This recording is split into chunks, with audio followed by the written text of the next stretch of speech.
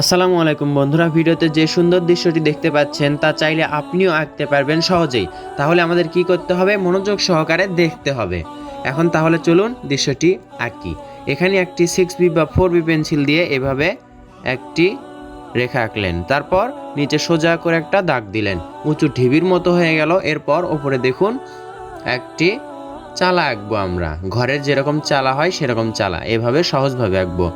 এভাবে নিচে সোজা করে মেলায় দিব। এখানে একটি জানালা দিলে ভালো হয়।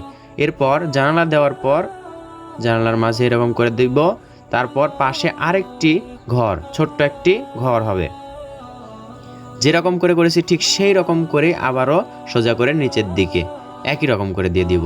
দেখুন এখানে একটি দরজা, জানালা চাইলে জানালাও দিতে পারেন, যেখানে ইচ্ছা দরজা জানালা বসে দিতে পারেন। এরপর এই পাশে আমরা একটি গাছ আঁকবো। গাছটা কি? ডাব গাছ। দেখুন এভাবে চতুর্দিকে একটি বৃত্তর মতো করে দাগ দিয়ে দিব। দেখুন এখন আমরা এরকম করে ডাবের পাতার মতো ঝিরি ঝিরি করে দিয়ে দিব। একটু দ্রুত করার জন্য আমরা এইভাবে করছি, তাহলে আপনাদের করতে সুবিধা হবে, সময়ও কম লাগবে।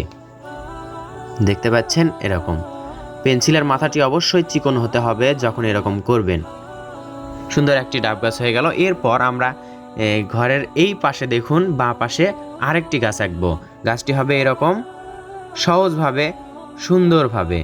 ওপরে আরও দুইটা ডাল দিব, এই পাশে আরেকটি ডাল দেওয়ার পর দেখুন ওপরে আরেকটু লম্বা করে দিলাম, গাছের পাতা এভাবে আঁকলাম, এভাবে এঁকে রাখলাম। পরবর্তীতে আমরা আবার স্কেচ করব। এই পাশে একটি দরজা দিলে ভালো হয়, এই পাশেও। এখন সুন্দর লাগলো। এরপর অত উঁচু থেকে আমরা কিভাবে নামবো বা মানুষ কিভাবে নামবে সেজন্য একটি রাস্তা, দেখুন রাস্তাটা ঠিক সিঁড়ির মতো উঁচু থেকে নিচুতে যেরকম পড়ে ঠিক সেরকম সোজা দাগ করে দিব। এভাবে দেওয়ার পর আমরা দেখুন সোজা একটি দূরের দৃশ্য, দূরের যে দাগটা হয় সেই দাগটা দিয়ে দিব। এখন আমরা উঁচু উঁচু পাহাড় আঁকবো, তাহলে দৃশ্যটি মানানসই হবে আর দেখতে সুন্দর লাগবে। এরকম পাহাড় আঁকা আপনাদের জন্য অনেক সহজ হবে।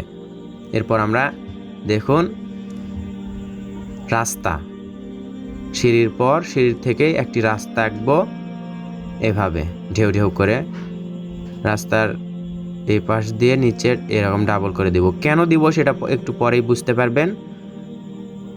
এভাবে এরপর আমরা দেখুন এখানে বড় বড় 2-3টি বা 4টি পাথর আঁকবো।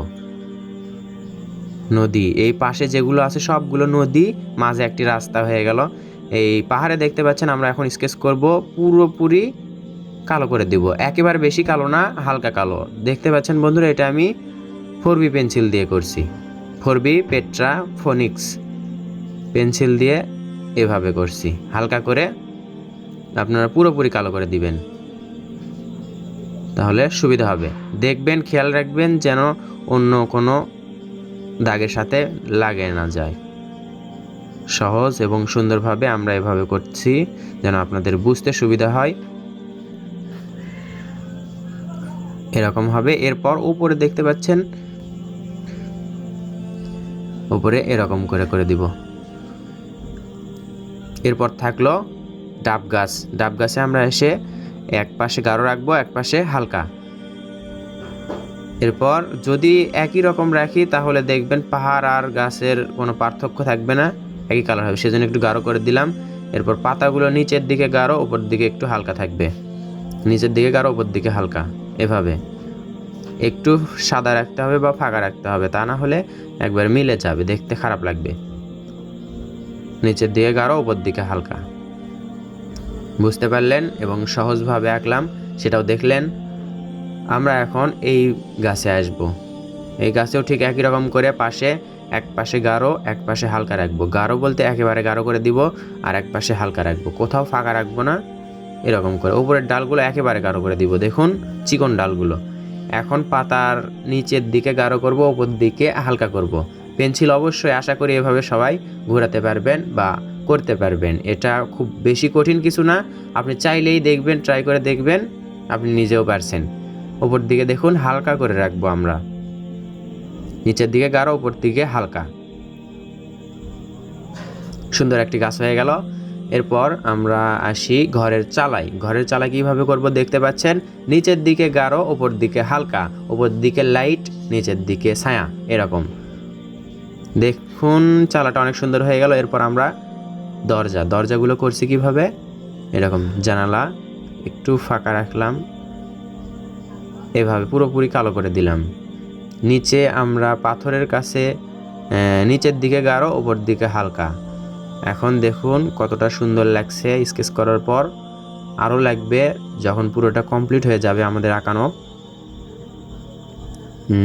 এখানেও ঠিক উঁচু যে টিলার ওপর ঘরটা আছে, মাটির যে উঁচু ঢিবি যাকে বলা হয় গ্রামের ভাষায়, নিচের দিকে গাঢ় রাখবো, ওপর দিকে আস্তে আস্তে হালকা করব। এটা আপনারা আস্তে আস্তে সুন্দর করে পেন্সিলগুলো টানতে পারেন। আমি এখানে জোরে বা দ্রুত দেখাচ্ছি, আপনারা এটা করতে যাবেন না, তাহলে সৌন্দর্য হারিয়ে যাবে বা নষ্ট হতে পারে। আপনারা সুন্দর করে মনোযোগ সহকারে আস্তে আস্তে করবেন, তাহলে দৃশ্যটা দেখতে সুন্দর লাগবে আর স্পষ্টতা বা আর ক্লিয়ার হবে দেখতে। পেন্সিলের করা যেহেতু আস্তে আস্তে করলেই ভালো হবে। ওপর দিকে একটু হালকা রাখলাম, যদি পুরোপুরি করে দিতাম তাহলে খারাপ লাগতো। এই তো এখানে দেখতে পাচ্ছেন, এটা হচ্ছে মাঝে, নদীর মাঝে একটা রাস্তা, সেই রাস্তার পার। এভাবে যদি আমরা করে দেই তাহলে রাস্তাটা উঁচু দেখাবে আর পানিগুলো নিচু দেখাবে। যদি এটা না করতাম তাহলে সমান হয়ে যেত। এটার কারণে যে মাঝের রাস্তাটা দেখতে পাচ্ছেন বাঁকা, এটা একটু উঁচু দেখাচ্ছে। এখন আমরা এরকম কেন দিব, পেন্সিলটা এরকম কাট করে বা নিচের দিকে করে করলাম। এটা হচ্ছে পাহাড়ের যেই ছায়াটা, সেটা নদীর পানিতে বা যেটাই হোক খাল বা বিল, এই পানিতে পড়েছে। এটা যদি না দেন তাহলে পানিটা বোঝানো যাবে না। এটা দিলে আরও রিয়েলিটি বা প্রাকৃতিক পুরোটা বোঝা যাবে আর কি। এই আমরা দেখতে পাচ্ছেন এটাতেও উঁচু ঢিবির, এখানেও আমরা একই রকম করে দিচ্ছি। নিচের দিকে একটু ছায়া দিচ্ছি, ছায়া দেওয়ার চেষ্টা করছি যেন পানিটা বোঝা যায়। পানির তো দাগ দিলে তাহলে ছোট বাচ্চাদের মতো লাগবে, এজন্য আমরা এরকম করে ছায়া দিচ্ছি। ছায়া দিলে তাহলে পুরোপুরি পানি বোঝা যাবে। আমি যেরকম করে করছি খুব দ্রুত করছি, আপনারা চাইলে এটা খুব আস্তে করে আরও সুন্দর করে নিতে পারেন। দ্রুত করা হয় এজন্য যেন আপনাদের বিরক্ত না আসে। একটি দৃশ্য দেখতে বেশি সময় হলে আপনাদের বিরক্ত এসে যায়, এজন্য দ্রুত দেখানো। আমি যেরকম করে আঁকছি, আপনি যদি সুন্দর করে বাসায় ট্রাই করেন, দেখবেন এর থেকেও আরও সুন্দর করতে পারবেন। তো বন্ধুরা, হয়ে গেল সুন্দর একটি দৃশ্য।